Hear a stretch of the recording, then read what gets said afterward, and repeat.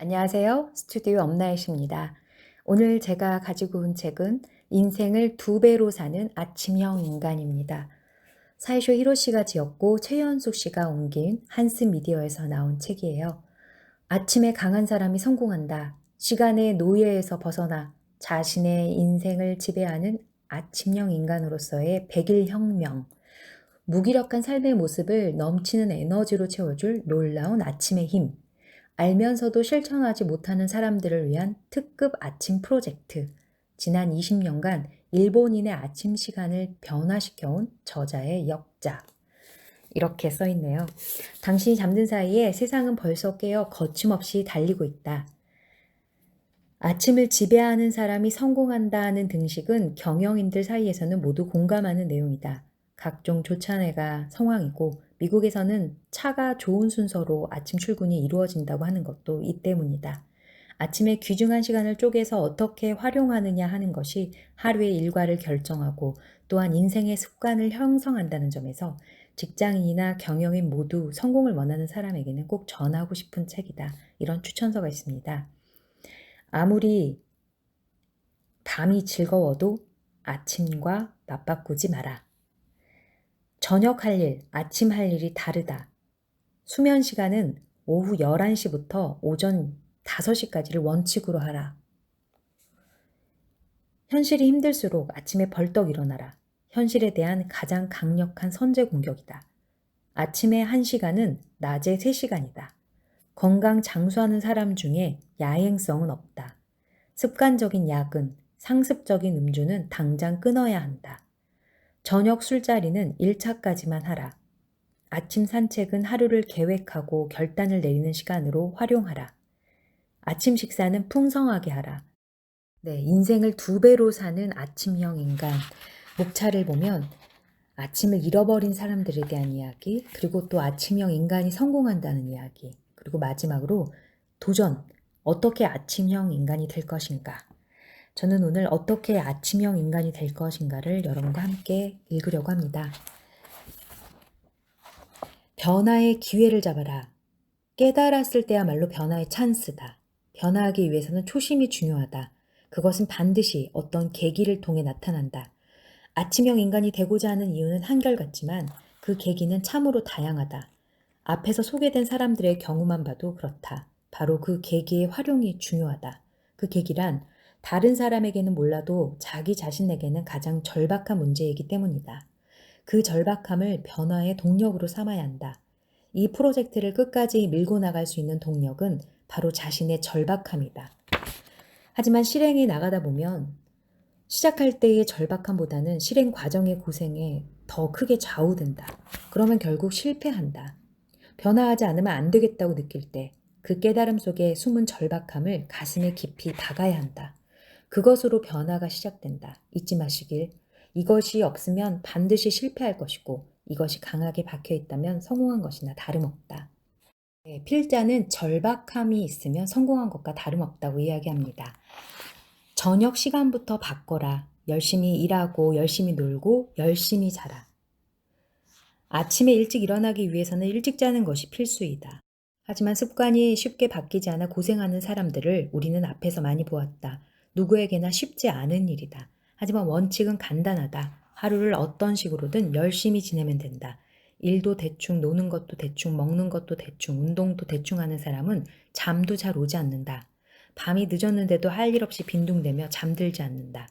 일도 집중해서 열심히 하고 친구와 만나 저녁 식사도 즐겁게 하고 운동도 열심히 하는 사람은 누가 자지 말라고 해도 깊고 달콤한 잠에 빠지게 된다. 잠도 열심히 자는 것이다.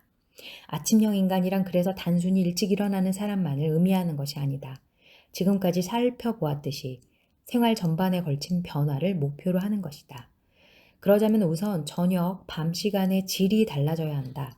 이에 대한 이야기는 앞에서도 거듭한 것들이니 여기에서는 상기하는 의미에서 저녁, 밤 시간에 유의해야 할 점들을 정리해 보는 것으로 하자.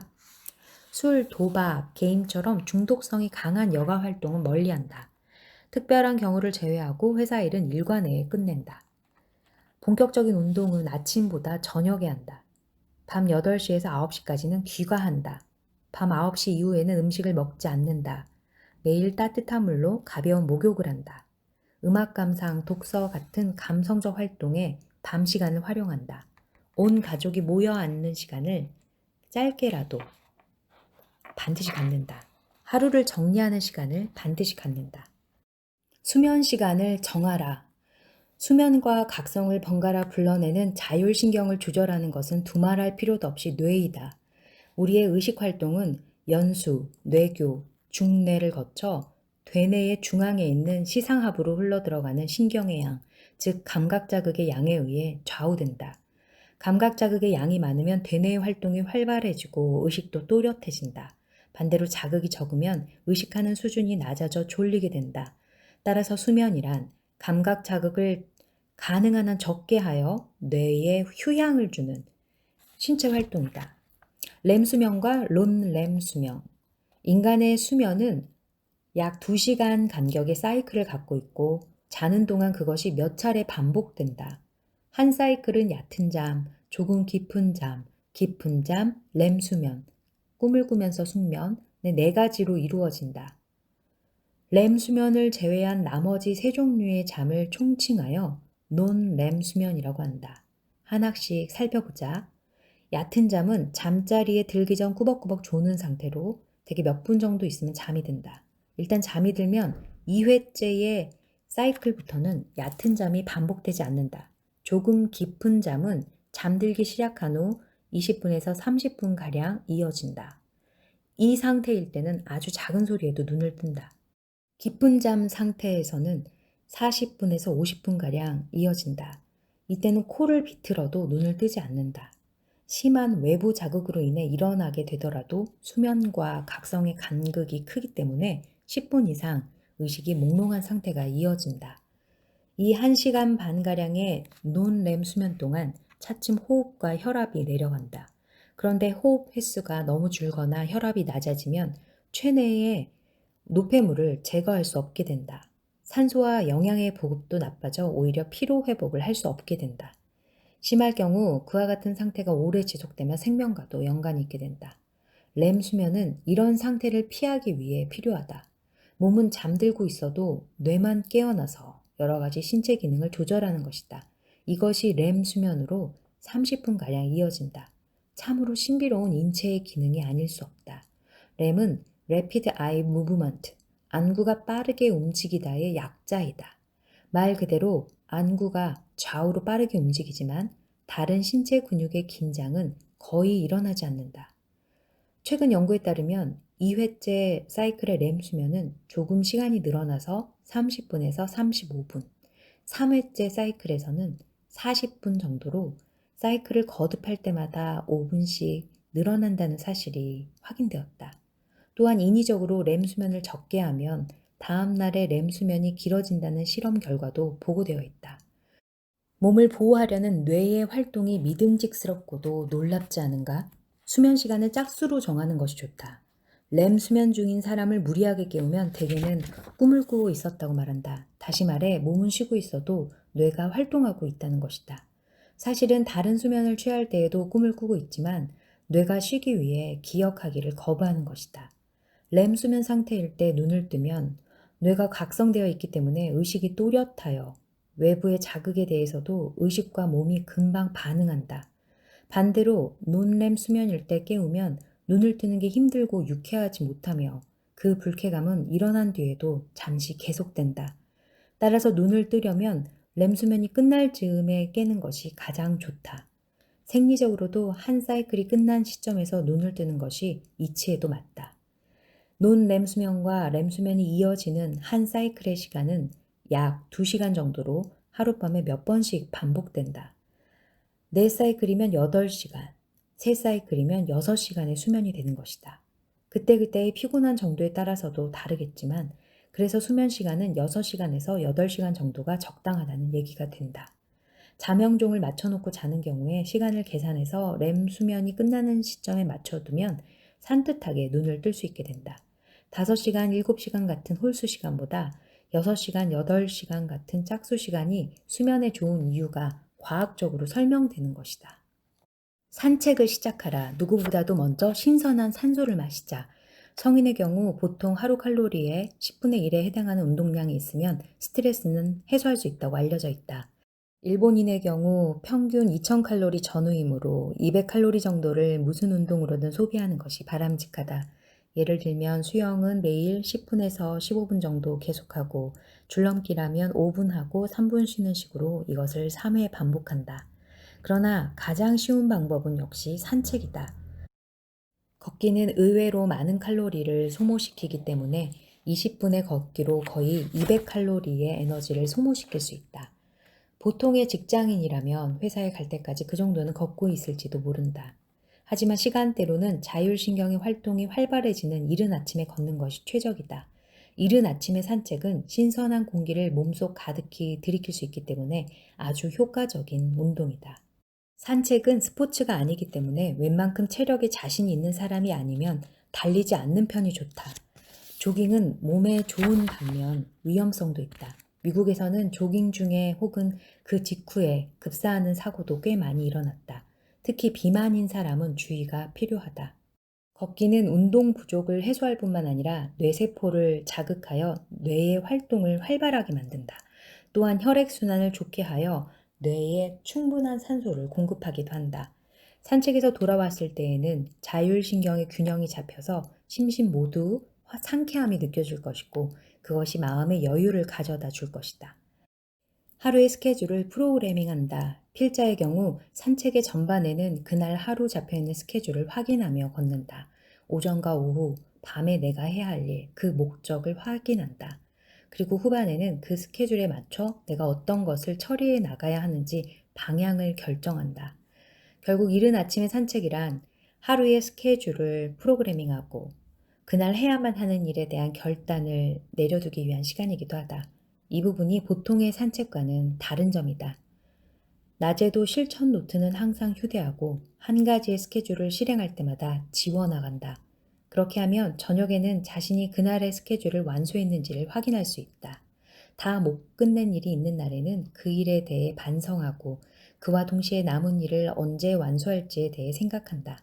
예정에 잡혀있는 일이라면 잊지 않도록 실천 노트에 해당 날짜에 기입해둔다. 비나 눈이 내리는 날의 산책에서는 실천 노트에 메모하기가 어렵다. 그렇지만 확인하는 게 목적이므로 다른 종이에 해독할 수 있을 정도로만 메모를 해서 집으로 돌아와 다시 실천 노트에 옮겨 적는다. 산책만 하고 메모는 집에 돌아와 쓰려고 하면 반드시 실수가 생긴다. 컴퓨터와 달리 인간의 뇌는 망각하게 만들어져 있기 때문이다. 산책에서 돌아올 즈음에는 무척 상쾌하고 왠지 손발을 움직이고 싶다는 기분이 들 것이다. 등줄기를 쭉 펴보기도 하고 팔을 돌려보기도 하면서 약간 몸을 움직이기만 해도 몸이 가벼워진 느낌이 든다.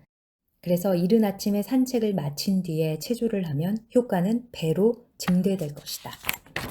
아침에 뇌를 자극하라. 아침에 두뇌를 활발하게 하기 위해서는 호르몬 중에는 성장 호르몬처럼 자지 않으면 분비되지 않는 것과 수면에 관계없이 안정된 리듬으로 분비되는 것이 있다. 부신수질에서 분비되는 아드레날린과 부신수질은 부신이라는 그 곁콩팥의 그 중앙부를 이루고 있는 내분비 조직과 피질을 말합니다. 그리고 피질에서 분비되는 코르티코이드, 그러니까 부신 피질 호르몬, 이것은 후자의 예이다. 수면에 관계없이 안정된 리듬으로 분비되는 호르몬이란 이야기죠. 이 두 가지의 호르몬은 새벽부터 점점 분비량이 증가하여 오전 7시에서 8시 사이에는 최고점에 도달한다. 이 두 가지는 상호작용을 함으로써 정신과 육체의 양쪽 활동을 활발하게 만든다. 이는 오전 7시부터 8시까지가 두뇌가 가장 맑은 상태가 되어 있다는 것을 뜻한다. 아침에 두뇌를 활발하게 하는 방법으로 여러 가지가 활용되고 있지만 교토대학의 명예교수인 오시마 기요시가 제시하는 다음 방법을 참고해 보기 바란다. 일어나면 바로 하루의 계획을 세운다. 잠에서 깨면 이불 속에서 꼼지락거리지 말고 얼른 일어나 의식을 바꾸기 위해 이불 위에서 오늘 하루의 일정을 수첩에 적는다. 이렇게 함으로써 조금이라도 손가락을 사용하게 되면 되뇌에 직접 자극을 주게 된다. 게다가 오늘 해야만 하는 일을 떠올림으로써 뇌신경 회로망의 활동도 활성화된다. 아침에 눈으로 얻은 정보는 뇌에 깊이 각인된다.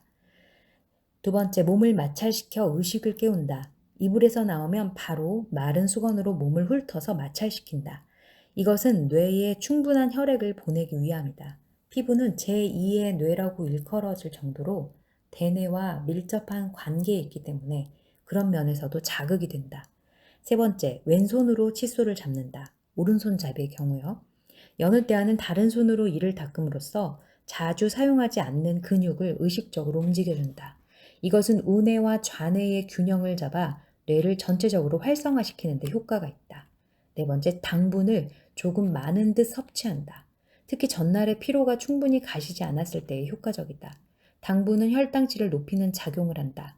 뇌는 에너지원을 포도당에만 의지하고 있기 때문에 일어나자마자 적절한 당분을 보충해주면 뇌의 활동을 촉진하는 데 도움이 된다. 다섯 번째, 오늘은 무엇을 입을까와 같은 자신을 꾸미는 일을 생각한다. 한 가지라도 자신을 꾸미면 다른 사람의 이목을 신경 쓰게 된다. 이것이 마음의 활기를 불어넣고 더 나아가서는 상상력과 발상을 풍부하게 해준다. 게다가 다른 사람이 보고 있다는 의식을 갖게 되면 자연히 얼굴이 팽팽하게 조여져 보기 좋은 얼굴이 되어간다. 아침에 유용한 지압. 아침에 효과적인 지압요법을 간단히 소개하겠다. 아침에 눈을 떴을 때 발의 삼리혈, 종지뼈 아래 바깥쪽에 오목한 곳과 손바닥의 합곡, 한 방에서 침을 놓는 자리 하나로 엄지손가락과 집게손가락 사이의 사이를 눌러주면 머리가 맑아지고 잠이 달아난다. 발의 삼리혈은 심장에 직결되어 있는 경혈로 아침에 여기를 자극하면 신선한 혈액이 뇌로 보내지기 때문에 두뇌 활동은 물론 전신을 활성화시킨다. 합곡은 감기에 잘 듣는 급소로 여기를 자극하면 코막힘도 뚫린다. 여성이라면 발의 삼음교도 좋다. 여기는 생리시의 균형을 조절하는 효과가 있다. 삼음교는 안쪽 복사뼈, 다리 안쪽의 불록한 부분의 위로 3치 정도의 위치를 삼음교라고 한다고 합니다. 한 치는 그 사람의 엄지 손가락의 가로 길이, 푸는 치의 10분의 1이라고 합니다. 3치면은 그 엄지손가락 가로 길이의 3개 정도 위, 거기가 삼음교라고 하네요. 한편 자기 전에 효과적인 지압법으로는 등허리에 신유라는 곳을 누르는 것이다. 여기를 자극하면 내장 전체의 긴장을 풀어준다. 내장이 안정되면 심장도 안정되어 잠자는 데 적합한 조건을 만들어준다. 냉증으로 좀처럼 잠들지 못하는 사람에게는 역시 등에 있는 지시를 자극해주면 효과적이다. 신유와 지실 그 지압점은 인터넷을 찾아보시면 쉽게 찾으실 수 있을 겁니다. 지실은 허리에서부터 그 아래의 혈액의 순환을 안정시키는 작용이 있다. 목에서 어깨까지가 피로한 사람, 특히 눈을 많이 사용하는 일을 하는 사람은 자기 전에 풍지를 자극해주면 피로가 누그러져서 잠이 잘 온다. 네, 풍지는 뒷목에 그 중앙에 움푹 들어간 곳에서 바깥쪽으로 2치 정도, 한 치가 그 사람의 엄지손가락의 가로 길입니다. 2치 정도 바깥쪽, 후두골 아래 이렇게 눌러보면 시원한 곳이 있어요. 그곳이 풍지입니다. 피부는 뇌의 친척. 교토대학의 오시마 교수는 피부는 얇은 막의 뇌라고 말한다. 피부에는 눈, 귀, 코, 입, 항문과 같은 구멍이 나 있다. 이들 구멍은 입에서 항문까지 이르는 소화관, 코와 눈을 이어주는 비누관, 귀와 입의 사이에 있는 이관, 기관과 식도를 이어주는 인후두 등을 사이에 두고 모두 서로 연결되어 있다. 따라서 한 가지 변화가 일면 그 영향이 다른 데에도 미치게 된다. 피부나 점막도 원래는 외배엽에서 발달한 것이다. 외배엽이란 발생 초기 수정란의 바깥쪽을 형성하고 있는 세포의 층으로 뇌도 여기서 만들어진다. 엄마 뱃속의 태아가 발육해 나가는 단계에서 뇌는 외배엽이 몸 안으로 들어가면서 형성된다. 결국 피부와 뇌는 아주 가까운 친척벌 되는 셈이다. 따라서 피부를 자극해주면 뇌가 활성화된다. 피부 감각을 비롯한 오감에 의해 상쾌함을 얻을수록 인간의 감성은 발달한다. 그래서 뇌의 기능을 강화하기 위해서는 스스로 생각하고 발견해내는 일이 중요하다. 자신의 눈으로 보고, 자신의 귀로 듣고, 자신의 혀로 맛을 보고, 자신의 코로 냄새를 맡고, 자신의 피부로 만져보고 확인해 보아야 한다. 오감을 모두 이용하여 자연스럽게 대화하는 것이 중요하다. 오시마 교수에 따르면 인간의 오감 중에서 피부 감각이 가장 빨리 만들어진다고 한다.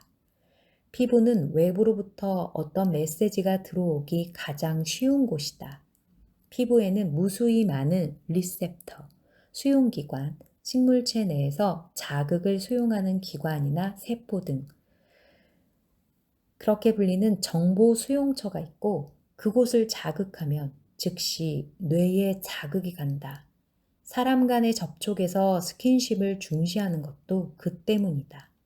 감각의 수용처로서의 피부를 아침에 자극해주면 두뇌 활동을 활발하게 한다.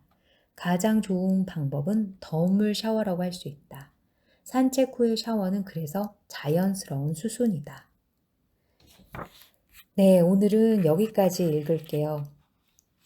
또 저자는 온 가족을 아침형 인간으로 만드는데 동참시키라고 이야기합니다. 아침형 가정의 아이는 성적도 좋다는 이야기를 덧붙입니다. 그러면서 무턱대고 깨우지는 말라고 이야기를 하네요. 뭐든지 시간이 걸리겠죠. 그리고 무엇보다 선행돼야 되는 건 본인이 그거를 결정하는 거겠죠. 네, 오늘 내용이 여러분에게 많은 도움이 되셨길 바라며 다음 시간에 또 좋은 책으로 여러분 찾아뵙겠습니다. 내용이 좋으셨으면 좋아요, 공유, 구독 부탁드리고요. 오늘도 귀한 시간 함께 해주셔서 감사합니다. 지금까지 스튜디오 엄나이셨습니다.